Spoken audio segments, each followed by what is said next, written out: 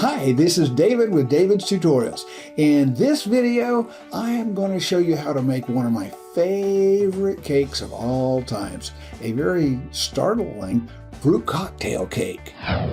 If you're watching this video on a platform that's not YouTube, then you might want to consider clicking on the YouTube logo, which is either going to be down in this corner or down in this corner, depending on which platform you're watching it on, and that will take you directly to the YouTube platform at this particular place in the video, probably in a new tab, and you will be able then to use the comment section to leave your own comments on this video, to read comments from other people. You'll also be able to click that like button, and you'll be able to subscribe and click the bell icon if you haven't done that yet.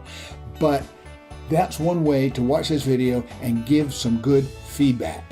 Now, just so you know, I like this cake so much that I used to request this cake as my birthday cake every year back in the days when I used to eat such things as sugar and flour and other carbohydrates. I don't do that anymore, but the cake is still delicious. Let's go ahead and get started. Start by preheating your oven to 350 degrees Fahrenheit, that's 177 centigrade. And then liberally grease a 9 by 13 inch baking pan. Next, add into a mixing bowl 3 eggs,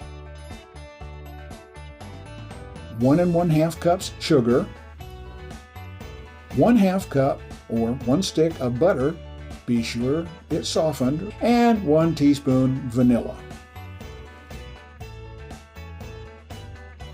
Beat all these together until well blended, and then stir in 2 teaspoons of baking soda, 2 cups of flour, 1/4 teaspoon of salt, and finally 1 12-ounce can of fruit cocktail. Now, I like the kind that has the cherries in it. You, of course, pick the kind you like best. When it's all nicely mixed, pour the batter into your greased pan and bake it for 35 minutes. While the cake is baking, it's time to put together the topping. To make the topping, mix together in a bowl 1/2 cup or 1 stick of melted butter, 1 small can of Eagle brand sweetened condensed milk, 1 teaspoon vanilla, 3/4 cup of sugar, 1 cup of shredded coconut, and 1 cup of pecan pieces.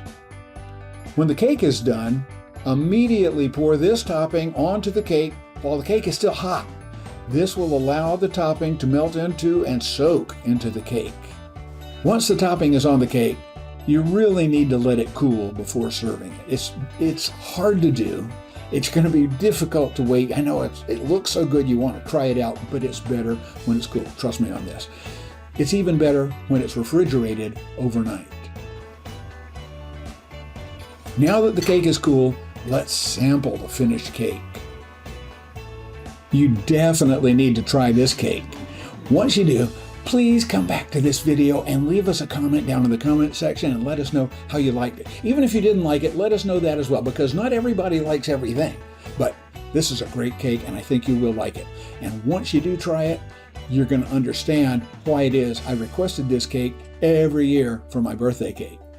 Thanks so much for watching and for staying with me to the end.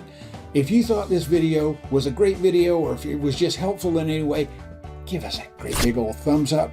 Click that thumbs up button down below, and that will let YouTube robots know and let me know that you thought this was a great video, and YouTube will then recommend it on to other people so they will watch it as well. Also, if you're already a subscriber, thank you so much. I appreciate every single one of you. And if you're not a subscriber, why not go ahead right now and click that subscribe button and then the bell icon, and YouTube will let you know whenever we post another great video right here on David's Tutorials. Take care, everybody, and have a great rest of your day.